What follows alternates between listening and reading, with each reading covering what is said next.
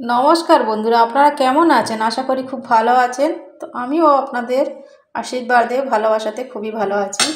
তো এখানে আমি দেখুন দুটো মাছ নিয়েছি, নদীর মাছ। এই মাছের নাম হচ্ছে দাদনে মাছ। তো মাছের আমি কি রেসিপি বানাবো বন্ধুরা, সঙ্গে থাকুন, দেখতে থাকুন। ভিডিওর শুরুতে নতুন ও পুরনো বন্ধুদের রিকোয়েস্ট, একটা লাইক দিয়ে শেষ পর্যন্ত দেখবেন। তো এই মাছ আমি আজকে বানাবো পাথুরি। তো আপনারা অনেক রকমভাবে পাথুরি বানিয়ে থাকেন বাড়িতে, আমি সম্পূর্ণ অন্যরকমভাবে বানাবো। তো বন্ধুরা সঙ্গে থাকুন, দেখতে থাকুন। তো আমি একটা মিক্সির জার নিয়েছি, দিয়ে দেবো 1 চা চামচ হলুদ সর্ষে, আপনারা চাইলে আর দেবো 1 চা চামচ পোস্ত দিলাম, আর দেবো 2টো শুকনো লঙ্কা, একটু দারচিনি আর একটা এলাচ দিলাম। রেস্টুরেন্টের স্বাদে পাথুরিটা বানাবো আমি। একটু নুন দিয়ে বাটবো, না তো সর্ষেটা যদি তিতো লাগে তো নুন দিলে আর তিতো হবে না। আর দিলাম একটু হলুদ, আর দেব একটু চালমগজ দিলাম 1/2 চা চামচ। আপনারা চাইলে চালমগজ না দিতে পারেন, তো আপনারা চাইলে মশলাটা শিলেও বেটে নিতে পারেন। তো 10 থেকে 12 সেকেন্ডের মতন আমি শুকনো ঘুরিয়ে নিয়েছি, কত সুন্দর পেস্ট হয়েছে দেখুন। তো আরও একটু আমি জল দিয়ে 10-12 সেকেন্ডের মতন ঘুরিয়ে নেব, তাহলে খুব সহজে খুব তাড়াতাড়ি মশলাটা পেস্ট হয়ে যায়। আর একটু ধনে পাতা দিয়ে আরও একবার পেস্ট করে নেব। তো যে মশলাটা তৈরি করলাম, এবার আমি মাছের মধ্যে দিয়ে দেব। এবার দেবো ওপর থেকে একটু আমি কাঁচা সর্ষের তেল দিলাম, আর দেব নুন পরিমাণ মতন। তো আমি সর্ষে বাটার সময় নুন দিয়েছিলাম, ওই কথা মাথায় রেখে দিলাম নুন কম করে। আর এখানে আমি এক টুকরো পাতিলেবু নিয়েছি, তো পাতিলেবুর রসটা চিপে দিয়ে দেব। দিয়ে সব কিছু উপকরণ দিয়ে আমি মাছগুলোর সঙ্গে খুব ভালো মতন করে মিশিয়ে নেব।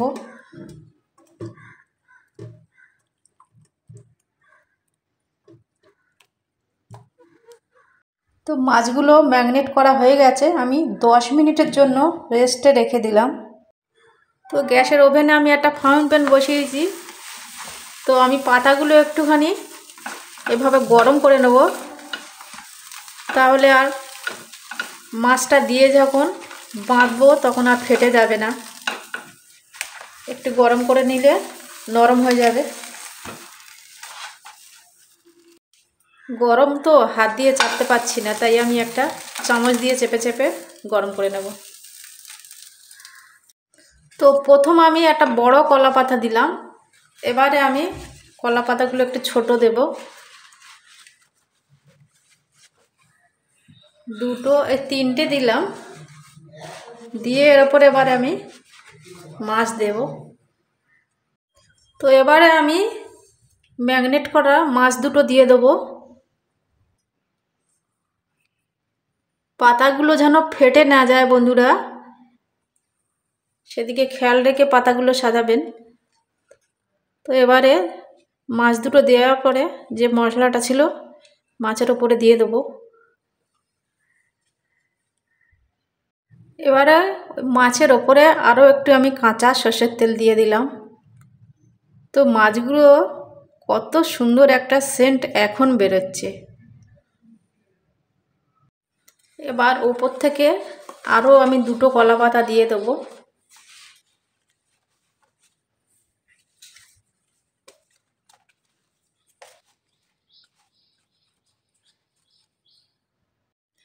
তো এবারে আমি এভাবে সব দিকটা আস্তে আস্তে মুড়ে দেব।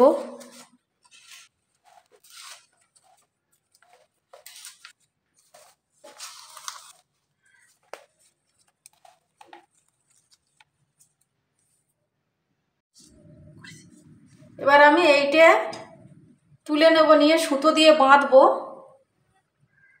তো আগে থেকে বন্ধুরা সুতোটা রেডি করে নিলে ভালো হতো, তো আমার আগে রেডি করা হয়নি। তো এবারে আমি বেঁধে নেব।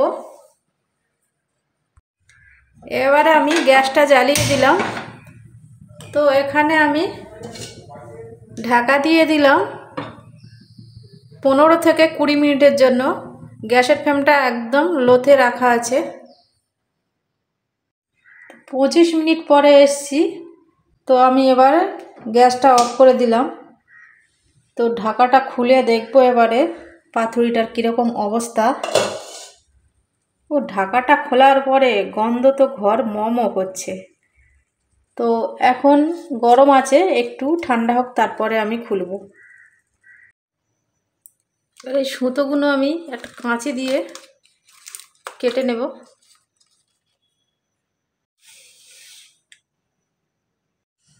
খুবই সিম্পল বন্ধুরা, এভাবে আপনারাও বানিয়ে নেবেন মাছের পাতুরি।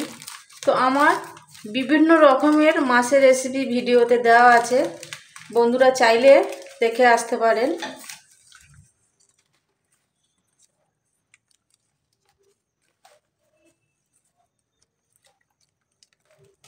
এই দেখুন বন্ধুরা, কত সুন্দর হয়েছে, এক লোভনীয়। এই দেখুন, দারুণ হয়েছে।